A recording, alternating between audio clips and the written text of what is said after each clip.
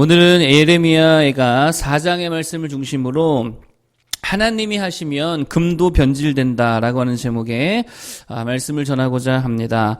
여러분, 하나님을 믿는다는 게 무엇입니까? 결국 하나님을 믿는다는 것은 하나님의 살아계심을 믿는 거죠. 하나님이 역사하신다. 하나님께서 개입하신다. 이것을 믿는 것이다라고 하는 것입니다. 그리고 하나님이 역사하시고 하나님이 개입하시면 이렇게 표현할 수 있어요. 관성의 법칙이 다 깨져버리더라라고 하는 거예요. 관성이 뭡니까? 현 상태 유지하려는 거죠. 이게 관성의 법칙이죠.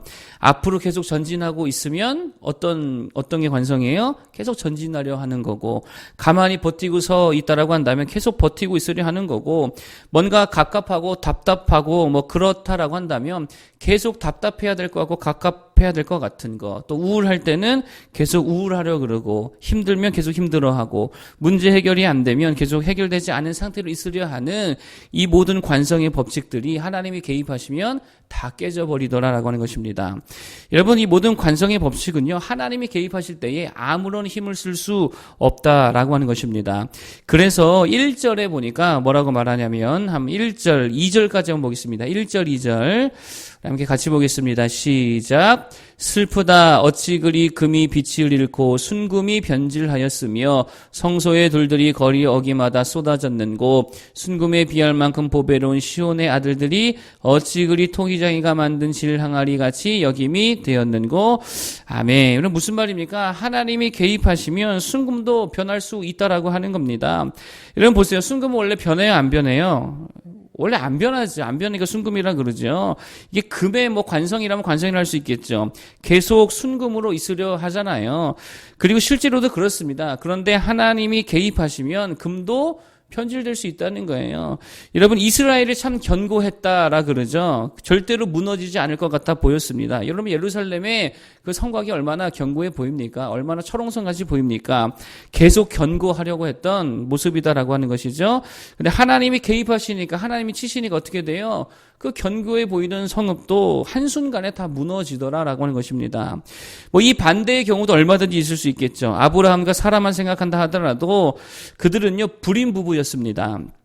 이게 좀처럼 해결될 것 같아 보이지 않았다라고 하는 것이죠. 일종의 관성입니다. 그런데 엘샤다이 전능자 하나님께서 개입하시니까 그 모든 관성이 다 어떻게 돼요? 깨져버리는 거예요. 그래서 전혀 아이가 생기지 않을 것 같았던 부부에게도 하나님이 개입하시는 순간에 100세, 90세가 되었을 때에 아이를 낳게 되더라라고 하는 것입니다. 이게 하나님의 개입이라는 거예요. 그러므로 우리가 가져야 할 믿음이 뭐냐? 하나님이 개입하시면 이 모든 관성들 다 깨질 수 있다라고 하는 거, 이거를 믿어야 될 줄로 믿습니다. 계속되는 코로나 사태, 이거 언제 끝나게 될까 모르겠지요. 그러나 하나님이 개입하시면요, 이거 한순간에 그냥 다 사라질 수 있다라고 하는 거예요. 그게 하나님의 개입이다라고 하는 것입니다. 우리가 그걸 믿어야지요. 좀처럼 일어날 것 같아 보이지 않던 사업이라 하더라도 이게 과연 일어날 수 있을까? 이게 과연 될 수 있을까? 라고 하는 그런 일들이라 하더라도 하나님이 개입하시면 된다는 게 안 된다는 거예요. 된다는 거예요. 어제까지 망할 것 같아 보여도 오늘 주님께서 은혜 주시고 개입해 주시면 오늘 부흥하고 일어날 수 있더라라고 하는 것입니다. 더 이상 개선의 여지가 없어 보이던 어떤 관계가 있을 수 있겠죠. 이 관계는 더 이상 소망이 없다. 진짜 갈등이 너무 심해가지고 더 이상 회복될 기력이 없다. 그러나 하나님이 개입해 주시면 그것도 다 바뀔 수 있다라는 것입니다. 그거를 우리는 믿는 거죠. 하나님의 개입을 믿는 우리 모두가 되기를 바라겠습니다. 우리 감정도 마찬가지입니다. 도저히 앞으로 이 사람 사랑 못할 것 같아. 이 사람 도저히 용서 못할 것 같아. 도저히 나는 앞으로 기뻐할 수 없을 것 같아. 이제 더 이상 인내할 힘이 남아있지 않아. 그럴 것 같아도 아닙니다. 하나님이 힘주시고 하나님이 함께하시고 하나님이 일하시고 내 삶에 개입해 주시면 능히 감당할 수 있게 될 줄로 믿습니다. 다 바뀔 수 있는 거예요. 여러분, 제가 군대 훈련소 때 있었던 일입니다. 남자들이 이렇게 자존심들이 다 세잖아요. 그러니까 남자들만 모였으니까 얼마나 티격태격 하겠습니까? 근데 이렇게 어떻게 하다 보니까 되게 덩치도 좋고 힘도 좋고 얼굴도 까무잡잡해가지고 몸에 막 근육줄도 있는 아이였는데 어떻게 하다 보니까 저랑 시비가 붙었습니다. 제가 보통 그런 거 되게 싫어하는데 어떻게 분위기에 휩쓸려가지고 어떻게 시비가 붙었어요. 그래가지고 일과만 끝나고 보자. 그만 한번 붙자 이래가지고요. 그러고 나서 이렇게 막 얘기를 크게 해놓고 보니까 무섭잖아요. 아이고, 등치도 좋은데 내가 쟤랑 싸우면은 분명히 의도 터질 텐데 이거 어떻게 해야 되나. 그러니까 제가 할 줄 아는 게 그래도 뭐 모태신앙이니까 하나님께 기도했어요. 하나님 이거 어떻게 해야 되니까. 하나님 도와주십시오. 그러니까 기도를 했습니다. 그리고 일과가 끝나고 내무반에 딱 들어갔더니 아니 그 친구가 갑자기 저한테 쪼벅쪼벅 걸어오더니 손을 내밀면서 악수를 쳐가는 거예요. 아, 동기끼리 우리가 싸우면 되겠느냐. 그냥 넘어가자. 그래가지고 저도 못 이기는 척이 넘어간 적이 있던 것 같습니다. 여러분 단편적인 이야기이지만 하나님이 개입하시면요. 상황이라는 거는 언제든지 바뀔 수 있다라고 하는 거예요. 그걸 믿으며 하나님을 바라며 기도할 수 있는 우리 모두가 되기를 바라겠습니다. 자, 두 번째로 하나님의 개입을 믿는다면 이게 참 중요한 건데요. 죄를 줄이는 방식으로 살지 말고 은혜를 더하는 방식으로 살라는 거예요. 다시요. 죄를 줄이는 방식으로 살지 말고 은혜를 더하는 방식으로 살라라는 것입니다. 죄를 줄이는 방식이 의미하는 게 뭡니까? 죄를 줄여보겠다. 이거 결국 누가 하겠다는 거예요? 내가 하겠다는 거잖아요. 근데 은혜를 더하겠다. 그럼 누구에게 맡기는 거예요? 하나님께 맡기는 거고 하나님께 해달라고 하는 모습이다라고 하는 거예요. 여러분 그리고 죄라는 게 줄여보겠다라고 한다고 죄가 줄여집니까? 그러지 않지요. 왜 그러냐면 그게 우리의 본성이라서 그렇습니다. 우리의 본성은요. 죄 짓는 게 우리의 본성이라는 거예요. 그러니까 안 하겠다고 한다고 안 해지는 게 아니더라는 것입니다. 여러분 호랑이에게 상추 준다고 호랑이가 상추를 먹습니까? 아니죠. 본성이 고기를 먹는 게 본성이기 때문에 절대로 상추를 먹지 않습니다. 고기를 먹지요. 인간도 마찬가지라는 것입니다. 죄가 인간의 본성이잖아요. 그러니 아무리 내가 줄여보겠다라고 아무리 안 해보겠다라고 한다고 해서 줄여지거나 안 되거나 끊어지는 게 아니더라는 거예요. 자, 그래서 6절에 보니까 뭐라고 말하냐면 6절 한번 읽어볼까요? 자, 6절 한번 읽어주세요. 6절 시작.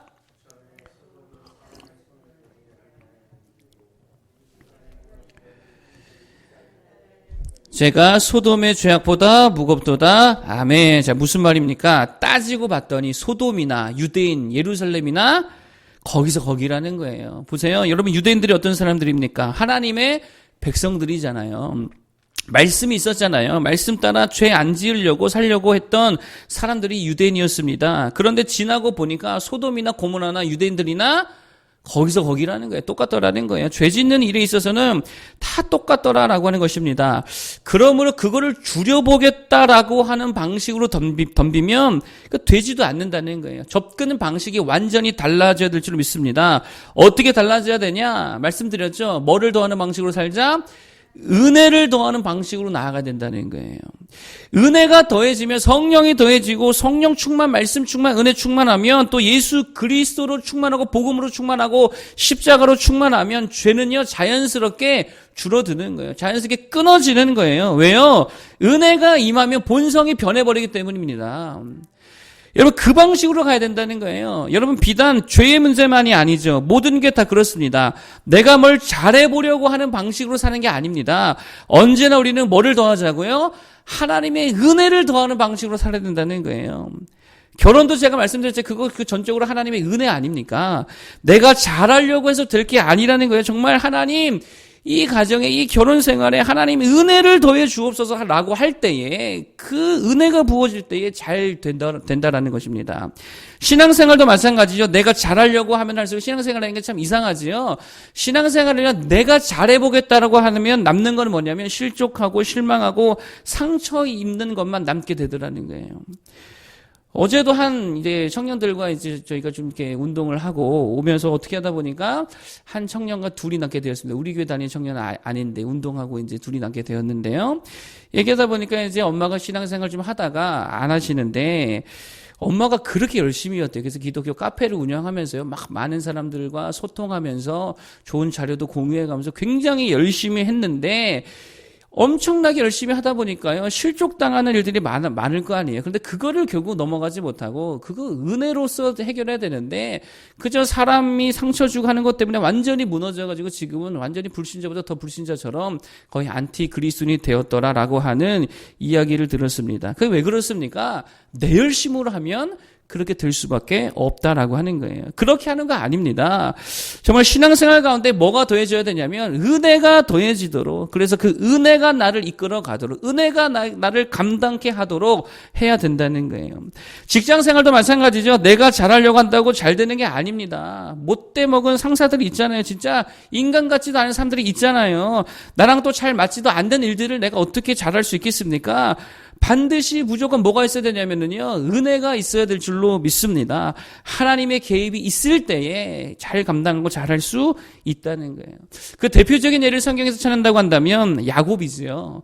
야곱이 자기가 노력해서 잘 살려고 할 때에는 고생만 하게 되더라는 것입니다.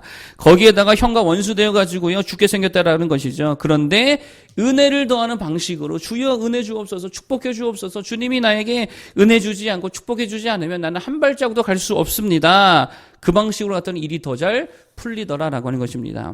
여러분 정말 부탁입니다. 하나님의 은혜로 살아갈 수 있기를 바라겠습니다. 죄에 대해서도 신앙에 대해서도 모든 삶에 대해서도 은혜를 더하는 삶이 되기를 축복합니다. 그러면 내가 하는 것보다, 내 열심으로 하는 것보다 훨씬 더 기쁘고 훨씬 더 강력하고 훨씬 더 많은 열매를 맺게 될 줄로 믿습니다. 자, 마지막 세 번째로 하나님의 개입을 믿는다면, 이것도 참 중요한 것 같아요. 요즘 사회에 욕하고 정죄하지 말고 존중하고 존경해 주라는 거예요. 자, 16절인데 한번 읽어보겠습니다. 16절. 자, 16절 다 같이 한번 읽어보겠습니다. 시작. 여호와께서 노하여 그들을 흩으시고 다시는 돌보지 아니하시리니 그들이 제사장들을 높이지 아니하였으며 장로들을 대접하지 아니하였음이로다. 아멘. 그들이 뭐 했다고요? 그들이 제사장들과 장로들을 존경하지 않았다는 거예요. 하나님께서 되게 그거를 나쁘게 보셨다라고 하는 것이죠. 근데 물론 여기 장로들과 이제 뭐 선지자들, 제사장들이 욕먹을 짓을 했지요. 존경받지 못할 만한 짓을 했지요. 그러나 그럼에도 불구하고 우리가 정말 하나님의 개입과 섭리를 믿는다라고 한다면 욕을 해도 누가 하게 해야 된다고요? 욕을 해도 하나님이 하게 하시는 거죠. 여러분, 정죄를 해도 누가 하게 해야 됩니까? 하나님이 하게 해야지요. 심판을 해도 누가 하게 하라고요? 하나님이 하게 하라는 것입니다. 그러면 우리는 뭐 해야 됩니까? 그냥 존중해주고 존경해 주어야 된다라고 하는 게. 그래도 제사장인데요. 그래도 장로들인데요. 여러분 잘 보세요. 13절에 보니까 참 재밌습니다. 13절에 보니까 이렇게 말합니다. 그의 선지자들의 죄들과 제사장들의 죄악들 때문이니 그들이 성읍 안에서 의인들의 피를 흘렸도다. 아멘. 그러니까 선지자들, 제사장들, 장로들이 죄가 있대 없대요? 죄가 있대요. 죄를 되게 많이 지었다라고 하네요. 되게 잘못이 많았다는 거예요. 그러니까 욕먹을 만 했다는 것입니다. 그런데 그런 타락한 선지자들과 제사장들을 그럼에도 불구하고 그들을 존경해 주지 못했을 때에는 백성들에게도 죄를 물으시더라라고 하는 거예요.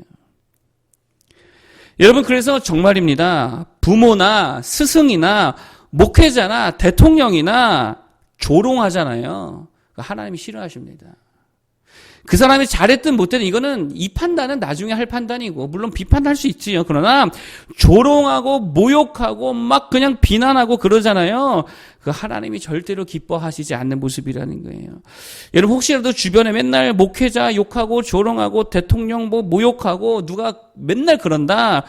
죄송합니다. 그거 끊어야 될 관계라는 거예요. 그거 절대로 좋은 관계가 아니라는 것입니다. 그리스도인들은요, 언제나 잘났든 못났든 하나님이 세우신 자들에 대해 존경과 존중을 할 수 있는 모습이 되어야 된다는 거예요. 여러분 보세요. 모세 욕먹을 짓 했잖아요. 이방 여자와 결혼했으니까. 그런데 막 비방했더니 하나님이 어떻게 하십니까? 비방한 그 사람을 나병들게 하셨어요. 노아 욕먹을 짓 했잖아요. 술 먹고 취해가지고 벌거벗고 뭐 이상한 짓거리 하고. 그런데 그거 조롱했던 자식, 여러분 그 자식이 저주를 받았다라고 하는 거예요.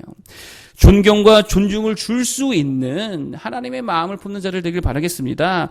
그리고 그 사실 존경과 존중을 누가 받으시냐면 하나님이 받으신다는 게, 그리고 하나님이 친히 갚아주실 줄로 믿습니다. 우리는 그렇게 살아가는 거예요. 오늘 세 가지를 말씀드렸습니다. 첫 번째로 하나님이 개입하시면 모든 것들이 다 바뀔 수 있다. 관성의 법칙 다 깨질 수 있다 그랬죠.